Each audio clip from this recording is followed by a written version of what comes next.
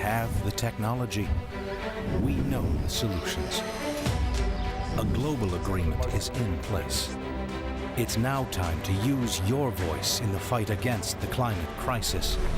Join us for a journey around the globe as we focus on businesses, leaders, artists, and everyday people who are stepping up, speaking out, and fighting like our world depends on it.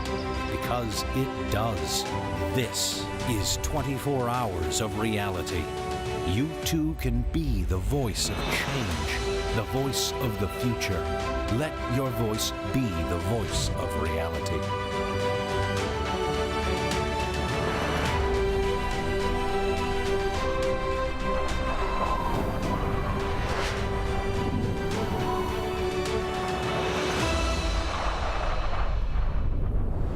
Welcome. I'm Helen Hunt. Thank you for joining us for 24 Hours of Reality.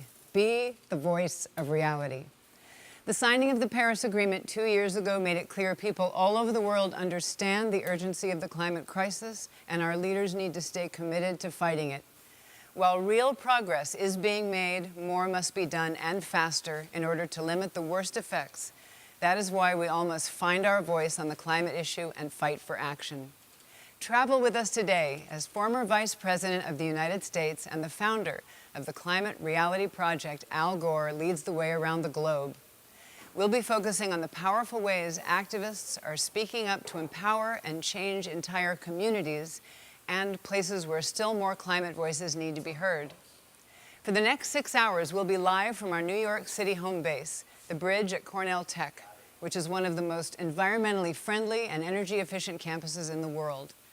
We'll explore the solutions each region has at hand, challenges they face, and how we can all be a voice of reality to succeed in ensuring a sustainable future. For the next hour, we'll continue our journey by hearing from some of the powerful climate voices in France. And now, please join me in welcoming the man whose voice continues to lead the charge in educating and inspiring action on the climate crisis, the founder and chairman of the Climate Reality Project, former U.S. Vice President Al Gore. Helen, thank you so much. Thank you so much. And thank you for doing this. I Thank can't you. believe Helen Hunt is on our stage. I'm lucky to be here. Thank you so much. Thank you. Thank you very much. Okay, we're going to focus on France in this hour. And with France's new president, Emmanuel Macron, saying, make the planet great again, you get a sense of the new leadership that's there. The old leadership in France, the last president, did a terrific job in hosting the Paris summit meeting, the negotiation. France really did an amazing job. It's almost as if they have some experience in diplomacy.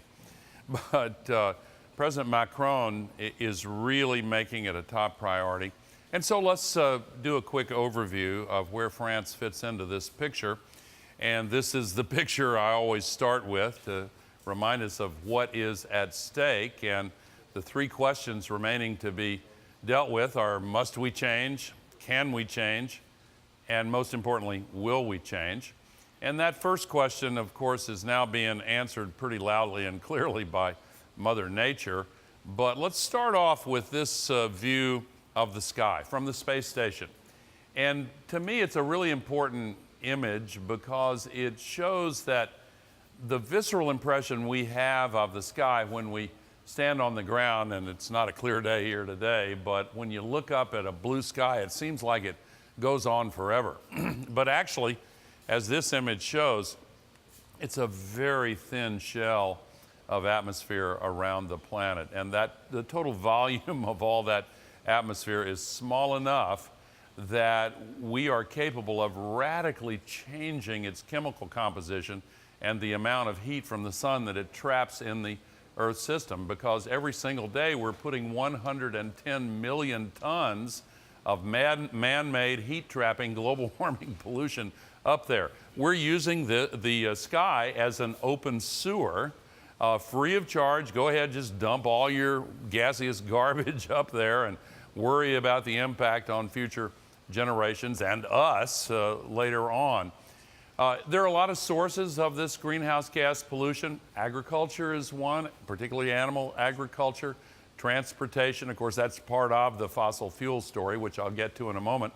but mining and the burning of cropland and the burning of forests, all of these sources are really important. But by far the most important source of global warming pollution is the CO2 that's emitted when we burn fossil fuels, oil, gas, and coal, for 80% of all the energy that our world uses each year. And because this CO2 has been accumulating so much and trapping so much heat, that's why the global temperatures have been going up so dramatically.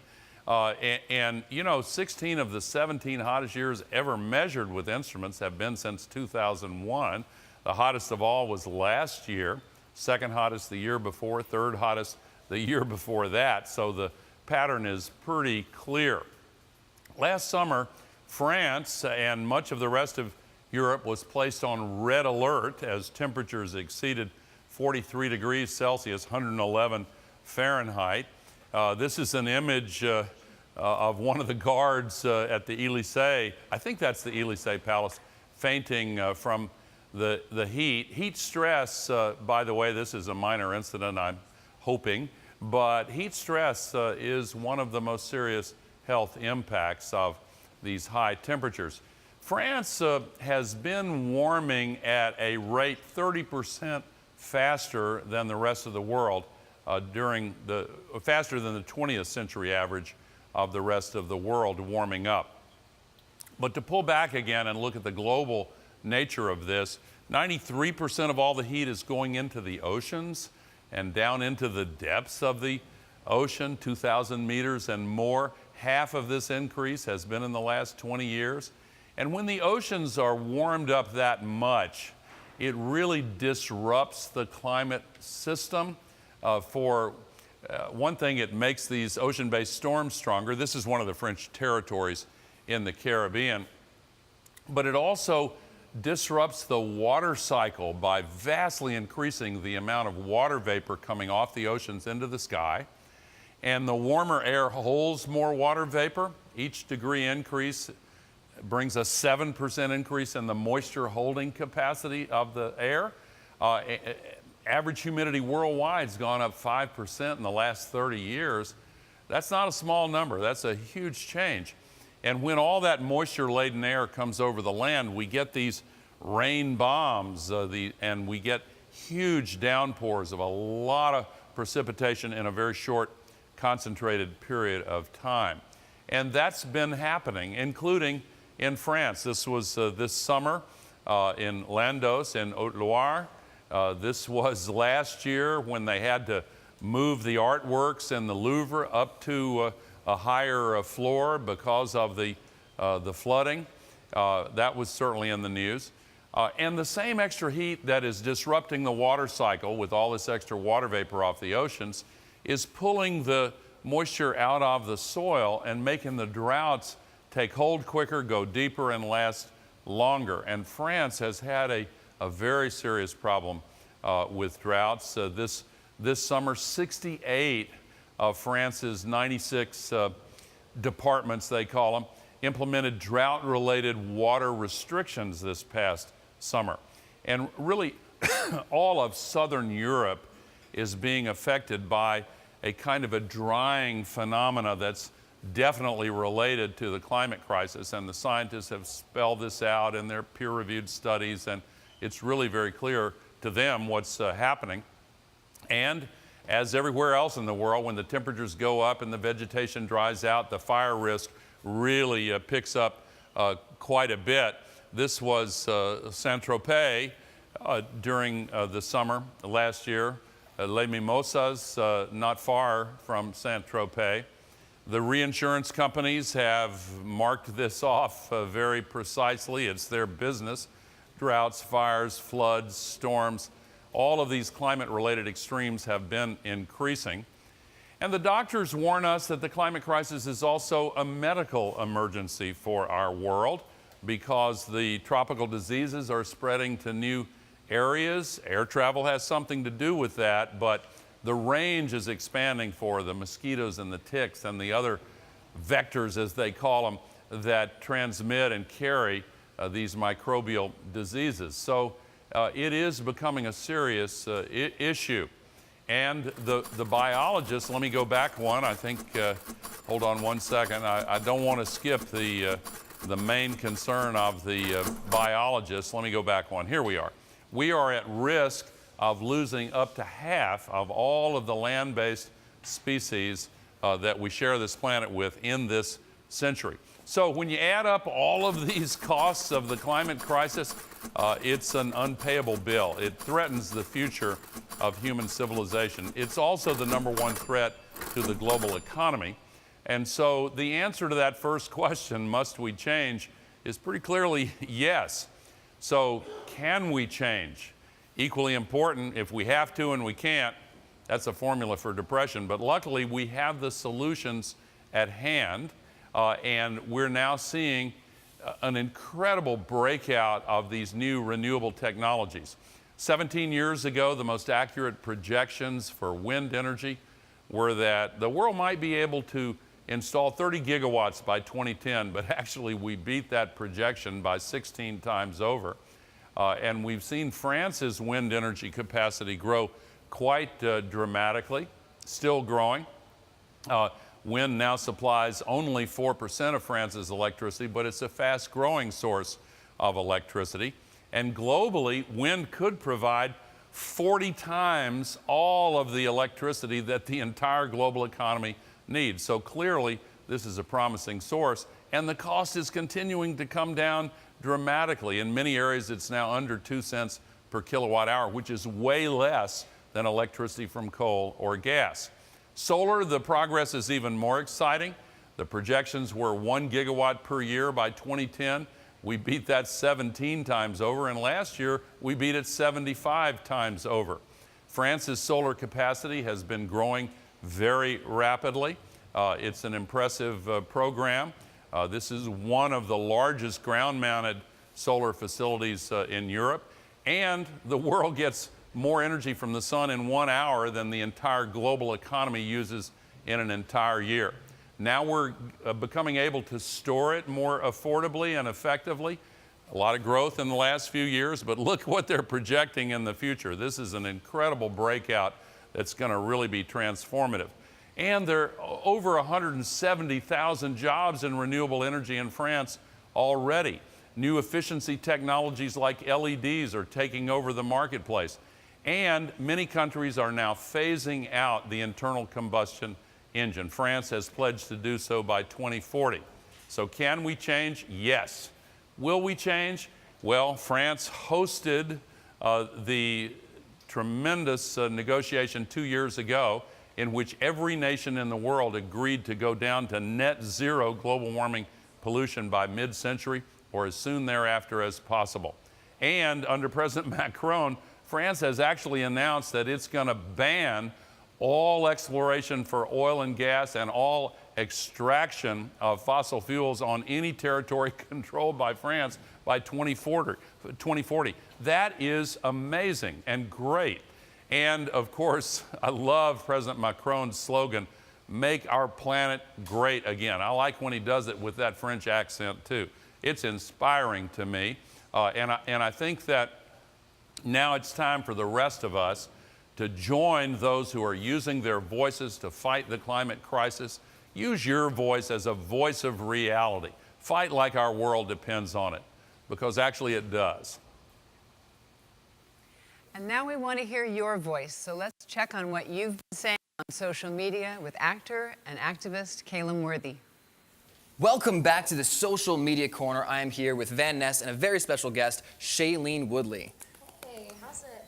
Now, Shailene, I have some questions for you. I would love to know, how did you get involved in the environmental movement?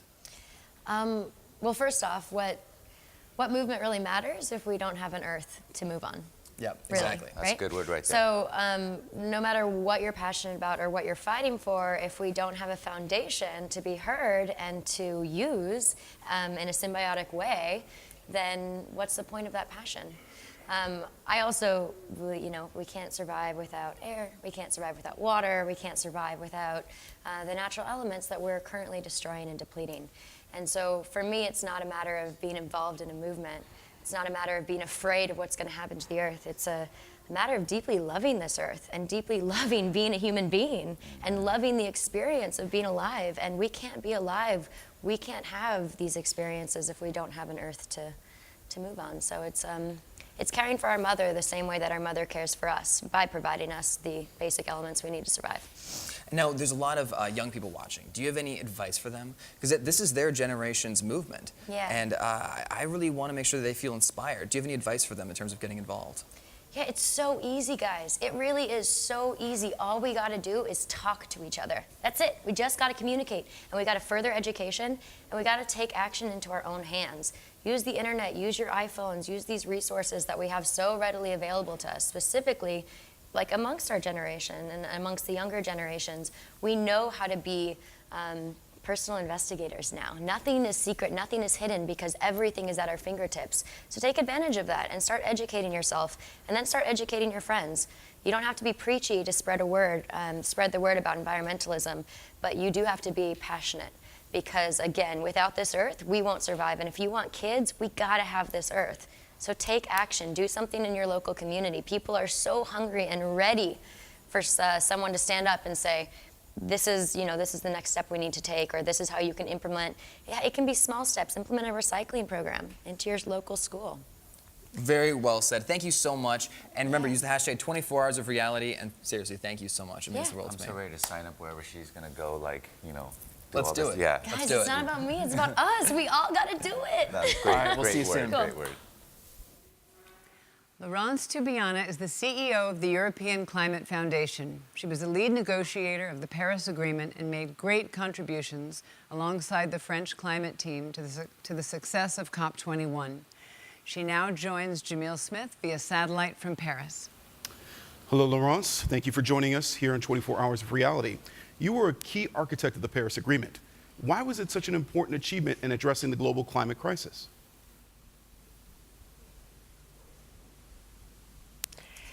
Paris was actually a very important agreement, because it was the first time that every nation decided to act against climate change, and that the idea that some countries should do something and the other one just waiting was totally dismissed by this fantastic new effort. And so the most important thing is now a framework where all countries accepted to play, and more almost 200 countries signed on and decided to go ahead. And that was the first time. Again, the idea was not to say somebody else would do, some other country would make the efforts for this global public good. And now, at the contrary, everyone, including the small islands, including the countries that are really emitting very, very few tons of carbon, decided to go for a decarbonized economy. So that's, in my view, is the most important element. The other one is Paris was the opportunity to mobilize many, many more actors than the governments only. And the cities, the regions, the businesses, the financial institution, everyone rally for the global agreement goal. And that, I think, as well, as important as the text itself. So previous attempts at a truly global agreement failed. Why did Paris work? Why did COP21 work?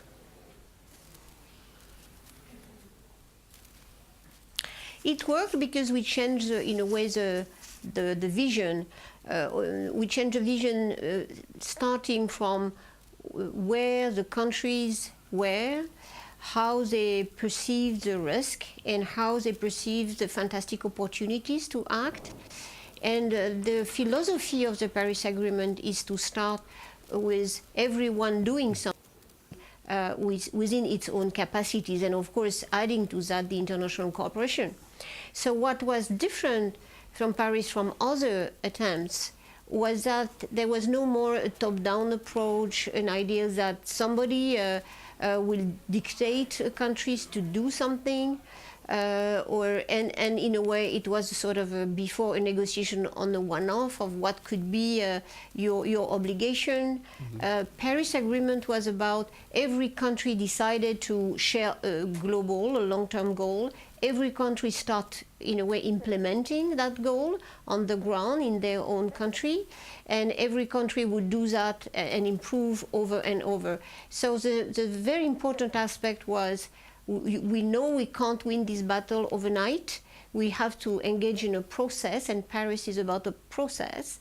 And it is based on the willingness, the interest, the national interest of each country. That was a total revolution into the global negotiation on climate change. And that's why Paris worked, because people felt that they were listened to. Even the smaller countries, even the small islands, the idea that it was a fair agreement, not something where countries were finally unjustly penalized by this agreement.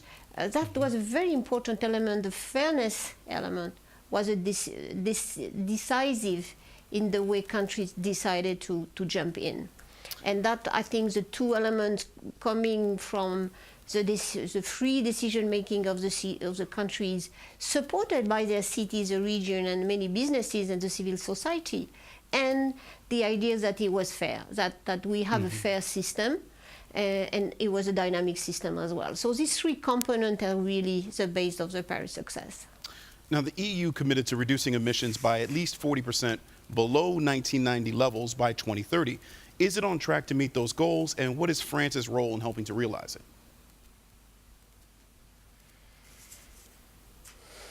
I think, of course, EU is on track. European Union will overachieve the commitments made for 2020 already. That's for sure. It's on track to achieve the 40% by 2030, but we know that's not enough. So it's now the question on how, in the different sectors, we can go further. We can have an accelerated action on transport, on phasing out coal when we can, and where we can, and as soon as possible, to really have an increase in energy efficiency and the equipment in renewable energy. So again, the target is within reach, but it's not sufficient if you compare to Paris goals. So that's what I consider the main challenge for EU at that moment. And France, of course, role was, of course, like many other countries in France, in Europe, but of course France has, in a way, the responsibility to keep the Paris spirit alive and really to push for it. That's why President Macron is organizing this summit in December 12th. And France, of course, is reaching out to other countries to continue the conversation, very important conversation with the emerging countries, in particular China and India, but also Brazil, South Africa, and others. With the withdrawal of US, there is, of course, a role to play for European Union to, again, continue this discussion with major economies that are rising so fast. So France is doing its bit. And that's why President Macron is really pushing. But more than that, that's a climate plan of France, which is ambitious and clear. Carbon neutrality by 2050, I think that's a very clear goal. We launched certainly in December 12 a coalition of the countries that have decided that they want to be carbon neutral by 2050. It's important to have clear goals. That implies that you decarbonize deeply the economy. It's not something incremental, it's transformational. And in a way, you give away a story for the citizen, for the business, for the investors, very clear. And Paris Agreement was that as well, a clear signal for the real economy to change in depth. Indeed. We have just a minute left, Laurence. I want to ask you, again, you mentioned 2050. What kind of a world do you envision if, in fact, the world meets those zero emissions goals? I think we can envisage a very different economy, sustainable, where cities will be livable because you don't have this pollution. That's the first issue. We'll have an agriculture more adapted to climate change and able to fight against climate change. Thank you very much, Laurence. I appreciate your time. Back to you, Helen. For those of you who are watching, who feel inspired to use your voice and educate and inspire your own community about the climate crisis, now is your chance. Speak up like the world depends on it, because it does.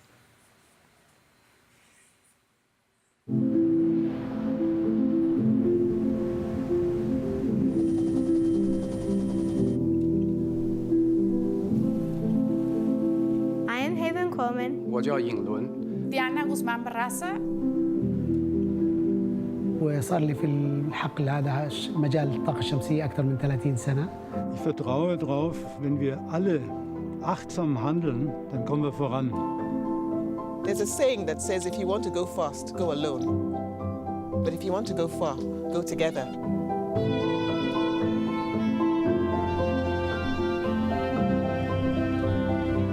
Climate change is the greatest moral challenge of our day. We human beings are causing climate change and global warming.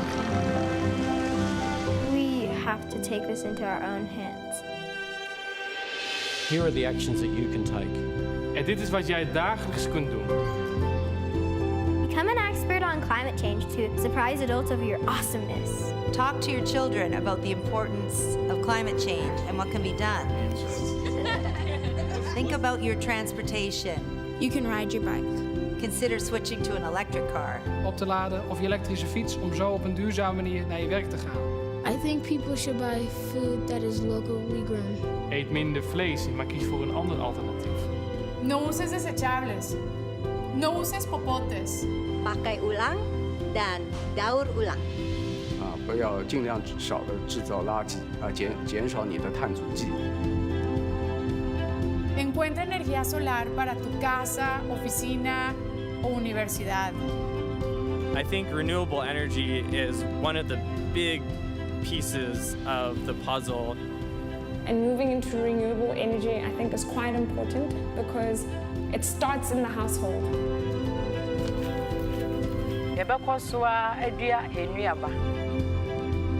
I'm going to do a good job in cleaning the earth to stop climate change. We must participate in the world that we want to see. Meet with your elected officials. En stem op mensen in de politiek die jouw mening verkondigen. Todos tenemos un rol. Raise your voice, think out loud, let the change begin. We have to pick up pace. It's one single measure that will make a huge difference. We have to be hopeful. We have to believe that we can fix it. World's first climate change game show. 因为我们只有一个气候环境，我们只有一个地球。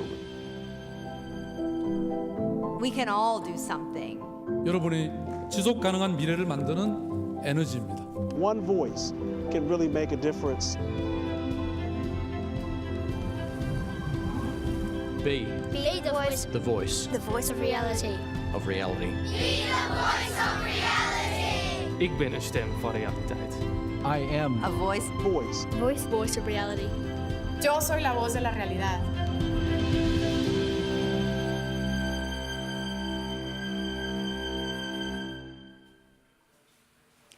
You may know our next guest as the popular actor currently in Future Man and Lady Dynamite, but what you may not know is that Ed Begley Jr. is also a fierce advocate for the environment. Joining us now via satellite from Los Angeles, please welcome my dear friend, Ed Begley Jr. Hi. Helen. Hi. So good to talk to you, Helen. I'm so happy to see you anytime, anywhere, including on live TV. That's the way I feel about you. Okay, I am going to ask you a question, and then I may answer it instead of you. Are you ready? I'm ready. Okay, as someone who is so vocal and passionate about the environment, how do you engage people who may not feel connected to the cause? I know the answer, because that's me. And you are the shining example of my whole life, of someone who has lived and breathed this cause for as long as I've known you. You rode your bike to work on St. Elsewhere. You have worked on how you live and who you are, and it affects everyone around you, including me. Do you have another answer? No, I just got to thank you. You've inspired me so much as an actor. You've inspired me as a person. You care about so many causes that I believe in, so bless you for that, Helen. I knew and loved your dad, and I've known you for many years as well, and it's just an honor to be here with you. But for the people that are closed off to it, and you and I are not, but some people are closed off to it, the front door is locked. I go in the side door and I talk about the economic aspect in their lives, how they can save money by doing the cheap and easy stuff first. Pick the low-hanging fruit first. Get the energy-saving thermostat, the weather stripping, you know, the energy-saving light bulbs. Do that stuff right away. You're going to save money in the first billing cycle, and take some of that money, if you wish, and move up the ladder and do more. Great. You just named some of them, but do you have any other tips for us mortals who want to make our lives more sustainable? You know, you don't run up to Mount Everest. You get to base camp and you get acclimated and you do what you can. You can't do everything in one day, but you do those cheap and easy things like I mentioned, other good things that have been talked about here in this show and wisely, you know, bike riding if weather and fitness permits, public transportation, you know, all those things, home gardening, home composting. You say you don't have a front or backyard to grow something, get part of a community garden. I don't have a community garden, start one. You know, there's always a reason why you can't do things, but I'm more interested in the reasons why you can, the list of things that you can do. And many people can do a lot. So I encourage people to do that, and they're going to see a big savings. And think of the money we can save as a nation with the hundreds of billions of dollars each year that go out of our country into foreign oil. That's a big financial savings there, and we can address that with renewables. I just built a LEED Platinum home. My energy bills are super low. So that's something that's possible for people with any size home, not just my fancy pants home. You know, in any size home, you can do the technology that I've done. What can you tell us about the features of that home, and why have I not been invited there? This is a two-part question. Yeah, Probably you got an you should invite handle to the come first as part soon as now. you land back in L.A. What can you tell us about the features of your vegan house? meal with my... Okay, we've got some great stuff. Here's some of the new stuff that I didn't have before. I had rainwater storage in rain barrels, and I had a 550-gallon tank underground. And I have a 10,000-gallon rain tank underground that takes care of all the irrigation in the property. I also have a very good gray water system that works great. I have these wonderful Lutron lighting controls with these shades that go up and down different times of day, different times of the year. And I have all LED lighting, of course. It's all energy efficient. 9 kilowatts of solar, 2 big, huge solar thermal panels. You can see the drone shot there of the solar. That's 9 kilowatts up on the roof. And we had no room left for heating the pool. My wife wanted a pool, and so we put the solar hot water for the pool on the back of those panels you just saw. On the back of the electric, there's heating for the pool. So there's always an inventive new way to do things, and we can find it. So then how accessible is that for the average person? Is it affordable, what you're doing? Yeah, in the old days, a lot of it was not affordable, but nowadays you can buy, if you wanted to, a sophisticated marine GPS system for like $300 or $400. Not just a little GPS in your phone, but a highly sophisticated one. You can use that marine GPS in a yacht like we have, or a cabin cruiser, or a dinghy. It'll work in any conditions, take you anywhere on the planet. So that's something that we can do today. So I urge the people that can't afford solar panels or things like that to do the cheap and easy stuff first. Get those energy-efficient light bulbs, get the energy-saving thermostat, put up the weather stripping, and then do other stuff as you save money. And I guarantee, as I sit here, you will save money. And I'll just personally say, looking into solar lease programs or pressuring your representatives to support solar lease programs, that's how I got solar panels on my house. I couldn't believe that I didn't have to pay, and I didn't. And a solar lease program sort of got me over the hump, and there was no hump, actually. I just had to do it. Yeah, Solar City, Sungevity, Varango, these great companies, they'll come out and they'll put up solar on your roof, and it's for no money down. You instantly get solar working on your house as soon as they're done with the install, and you put nothing down on it. And you tried to help me sell this to a group of people who kept saying, but how much do we pay? And the message that didn't land, that I couldn't quite make land, is you don't have to pay. You simply save money. Where is there room for improvement, do you think? Are the world leaders doing enough? What should we be bugging them to do? No, we need to have more leadership, you know, certainly at the federal level, but thank God people like Jerry Brown are picking up the slack, people like Mayor Eric Garcetti, many other leaders in different states, the United States. There's a lot of world leaders that are doing a great deal, and we need to do everything that we can and show some leadership. I want to remind everybody this should not be a political issue, a partisan issue. Richard Nixon signed the Clean Water Act and the Clean Air Act. You know, this is something my conservative Republican father taught me, all these things to protect the planet, to turn off the lights and turn off the water, save string and save tinfoil. I learned that from my Republican dad.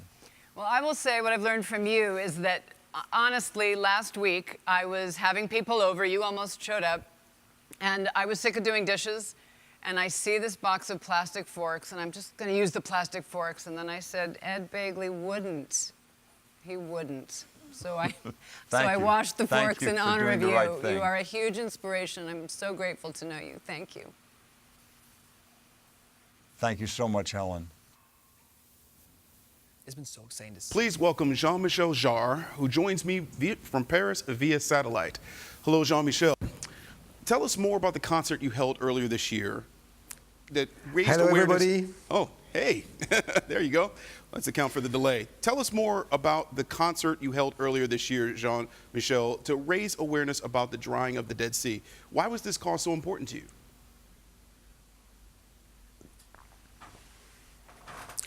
Actually, I'm talking about activism. I've always been, I think, an activist. I think it's all probably in my genes. My mom was a great figure in the French Resistance, and I've been raised with this idea of respecting human beings and respecting the environment. So one of my first successful albums was called Oxygen. In days where, when we were talking about environment, we were probably considered as kind of hippie dreaming about a better world. We know that today this is a priority. I mean, we have to increase awareness for climate change. And all my life, I tried to be to actually create awareness as an artist, as a musician, and to give a spotlight and on some problems which could be easily solved. Easily or not easily, but actually the consciousness, the awareness, the knowledge, knowing, the education process is the priority. And for the Dead Sea, I realized suddenly that by being there 2 years ago, that the Dead Sea was losing more than 1 meter per year, and that in 5 years from now, if we don't do anything, the Dead Sea, we'll be able to walk between the Israeli border and the Jordan border. And you know, the Dead Sea is an ecosystem as important as the Amazonian forest and the North Pole. And you know, when you do this kind of concert to increase awareness, as we say, it's not only for the world, it's also most of the time for the local communities, because most of the time people close to this kind of ecosystem are not even aware of the problem. So it's where we can, as artists, I mean, be useful. Now, you're known for performing elaborate outdoor concerts with lasers and pyrotechnics. How do you incorporate messages about the climate crisis into your performances?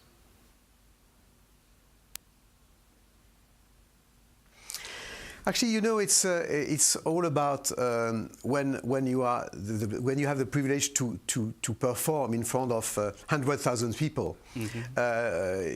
Obviously, you have a responsibility, but also it's a fantastic opportunity to share convictions, not necessarily to send messages, but to share convictions. And of course, playing also outdoor when the ceiling of is the sky is also an ideal situation to convey and to share, I mean, conviction messages about climate change, and also about something which is not maybe said enough, is also when we're talking about being careful about the future, is the problem of demography. We are I mean, the global increase of the planet is actually drives us to a kind of self-destructing approach, and the importance of education in terms of demography is also another, if not the main, one of the main aspect of how to think about the future. And we should not think that you know, it's either we change our vision entirely vis-à-vis our planet, or we will have in the future to change planet, to have an alternative planet to leave this planet. And it's obviously not going to happen if we take the right decisions, and the decisions have to be done and now. Well, since the Paris Agreement, we're already late. Oh, indeed, indeed. Now, since the Paris Agreement, are you hopeful that countries like France are doing enough, or doing their part, to reduce carbon emissions?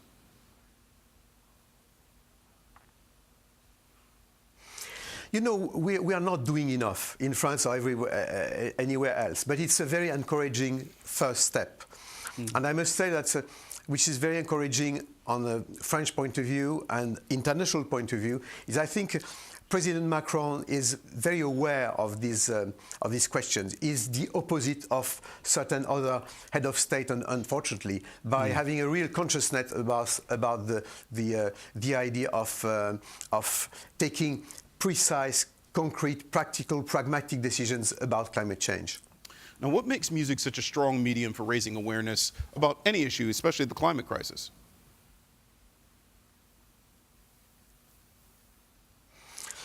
You know, which is special and specific with music is actually it's beyond words by definition. It's beyond words, and rather than addressing to the people only through brains, I mean, you can touch people through their emotions, and you know, our relationship with our planet, our relationship with our environment is also about emotions. How emotionally can we react? Can we connect with the outside world? Is the first priority. And I think musicians and performance are probably very special moments where you can connect with the community, with our communities, on an emotional level. Well, musician Jean-Michel Jarre, appreciate your time. Thank you for joining us at 24 Hours of Reality.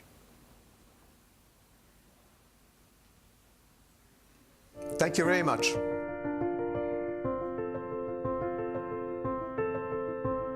The climate crisis has hit home with devastating effect, disrupting people's lives and livelihoods everywhere.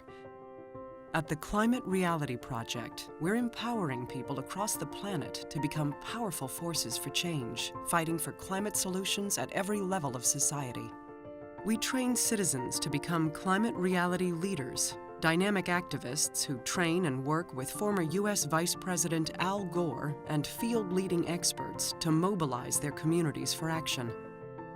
Around the world, our branch offices and local chapters bring climate reality leaders and concerned citizens into the fight for a sustainable future. Like in Brazil, where our activists pushed government leaders to ratify the Paris Agreement in the midst of political turmoil. Or in India, where grassroots efforts helped train 3,000 teachers on the climate crisis. Our 100% Committed campaign gives people a voice in their energy future, encouraging cities like Park City, Utah, and schools like Colorado State University to commit to 100% renewable electricity.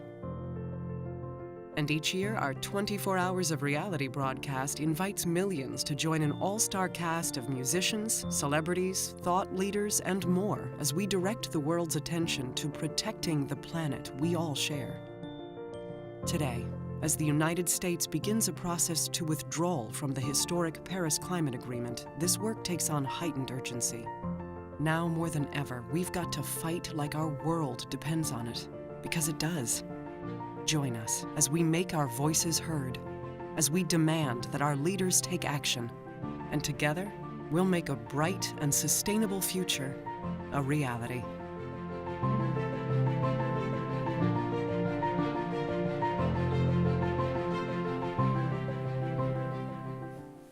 Shailene Woodley is an award-winning actress whose passion for activism and the environment is as great as her talent. Please join me in welcoming her now. I'm so happy to meet you. Yeah, I'm so happy to be here. I'm a big fan of your work. Thank you, me too. Thank you. What was your wake-up moment? What made you suddenly aware that there was a crisis that you wanted to be involved in healing? You know, I've been thinking about that, and I honestly, I don't remember a time or a place or a moment. For me, I think it was all an extension of my deep love for the earth. My awareness of our climate crisis didn't come from fear, or it didn't come from noticing different weather patterns. Of course, those things started happening as I started educating myself further, but it really just came from a deep gratitude and admiration for that which we can't live without. Mm-hmm. You know, from a young age, I remember looking at a tree in my community that I grew up in, and there was this beautiful mountain that they took down to build more houses. And our community went from a little farming town to suburbia, sprawling suburbia. And watching them destroy our mountains and our trees, and me thinking, as like a 6-year-old, how am I gonna breathe if there's no more oxygen because they're taking all our trees? Right. And I think that probably spawned my initial inspiration for just paying attention to our Earth and really finding that deep love. And since then, what are the climate issues that are the nearest to your heart? Well, I say this all the time, but I feel like no issue is important if we don't have an Earth. Right. I guess what particular climate issues? Yeah, so for me, it's kind of any and all. A lot of the things that have brought about my inspiration for paying attention and taking care of our planet is that love. And I found that Indigenous communities have sort of the same mindset. And amongst their communities in America and all over the world are very in tune with the natural rhythms of our Earth and understand how to survive in conjunction with her instead of fighting constantly against her. And so amongst any climate crisis, the most important issue to me is learning from our elders and learning from the Indigenous communities that oftentimes are at the forefront and aren't being heard and aren't being paid attention to, yet have the tools for kind of quick healing. Right. Your passion for the Earth has earned you headlines and an award, which I'm going to read. You won the Environmental Media Association Award for Activism. Where does the courage to do that work come from?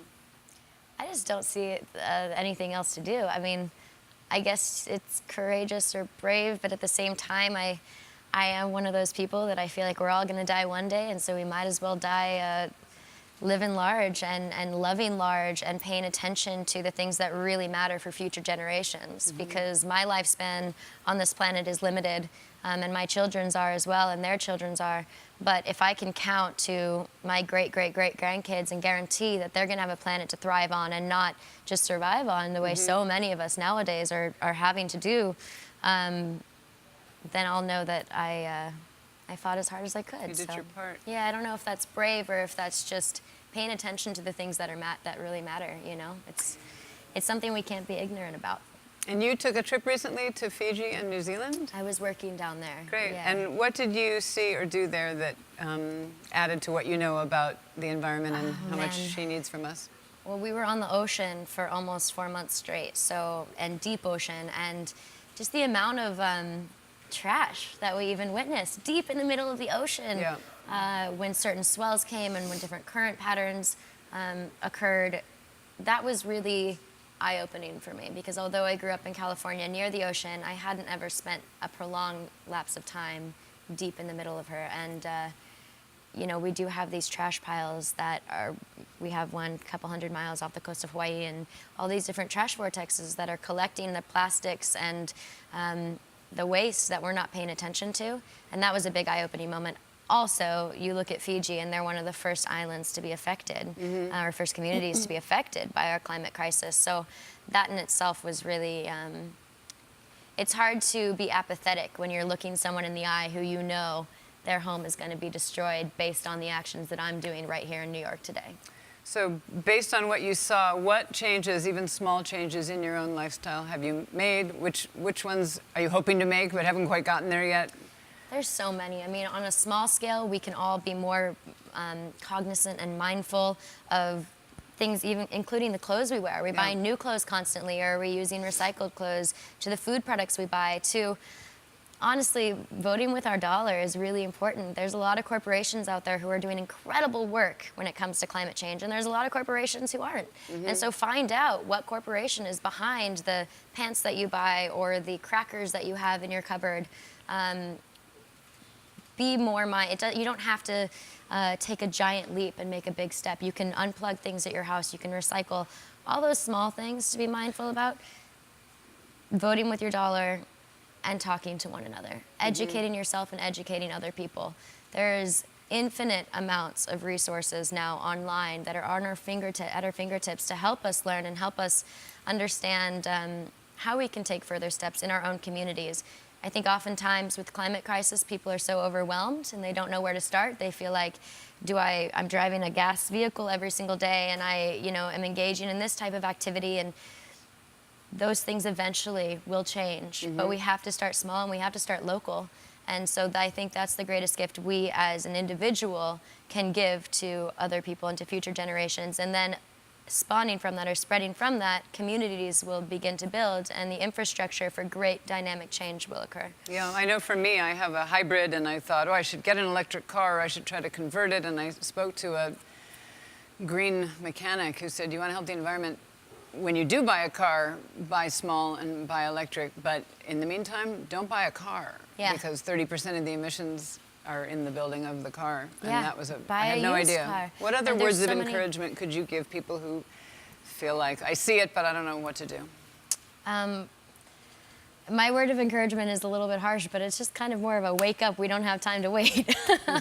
I think that, you know, this is something that's going to affect every single one of us. There's not one person, it doesn't matter how rich you are or how much money you have in the bank, not one person is going to be protected from climate change.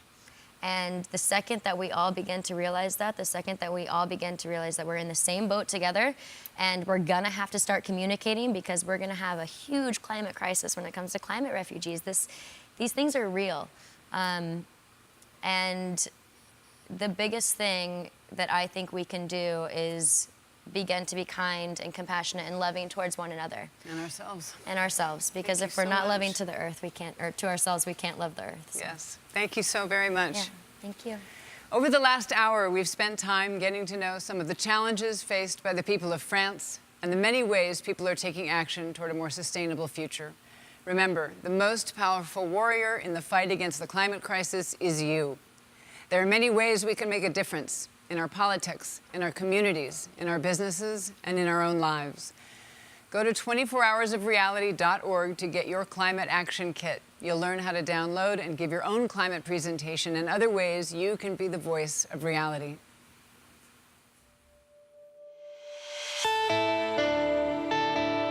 Climate change is our biggest challenge yet.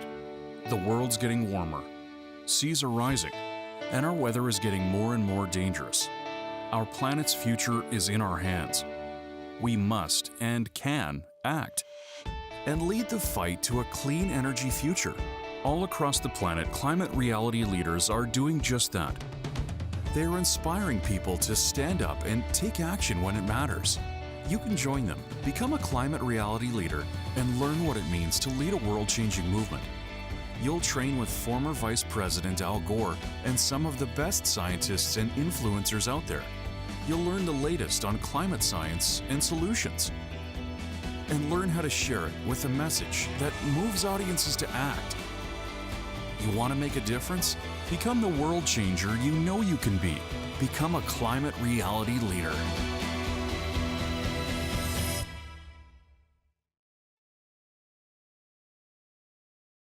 Hi, I'm Sean Mendez, and it doesn't matter where you live because the climate crisis is affecting us all. Today we all can and must do more faster and fight for our world like it depends on it, because it does.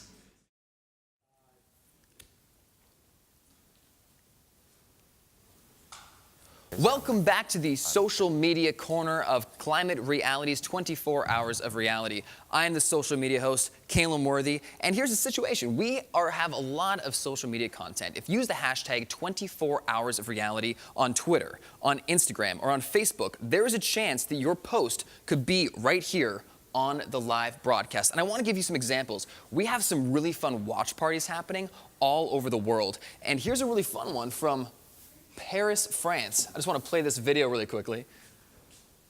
Oh, look at those guys. Hello, Paris, France. Thank you guys so much for watching. Now, we also have some people who made 24 Hours of Reality red wine. You were a fun crew. You guys got to come here next year. We also have some more. We have some kids from a school who are watching it in class. Now, it looks like you're sneaking this photo, so I hope you're allowed to be watching it in class. But if not, and you get in trouble, let me know, and I'll post a photo of your class on here, and maybe I'll get you some extra credit. So, remember, 24 Hours of Reality, and you could be up on this post. We also have some people here. They are building solar panels, and that's been one of the best things. We've been seeing kids putting solar panels on the roofs of schools. We've been seeing families put solar panels on the roofs of their houses. It's been a really inspirational day. Here is a message from Levi, and Levi is one of the performers on the show. He'll be performing at 2:50, and let's check out the video from him. He's a great guy. He'll also be co-hosting some of the social media segments with me as well. We got Someone is a fan who decided to tweet this. They said they have an English test tomorrow, but they're watching 24 Hours of Reality. They're from Chile. Look, if the English test doesn't go well, blame me, tell your teacher, take a picture, and we'll try to get it on the broadcast. So, also, the president of Chile is going to be on the show, and I am really excited to see that interview. So remember, the hashtag is 24 Hours of Reality on Twitter, on Instagram, and on Facebook. And if you post it, we might be able to get it on the show. This is a critical moment in the fight against the climate crisis. Your voice is needed to make a difference. Join us this December for 24 Hours of Reality. We'll take a journey around the globe to focus on those who are stepping up, speaking out, and fighting like our world depends on it. Because it does. You too can be the voice of change, the voice of the future. Let your voice be the voice of reality.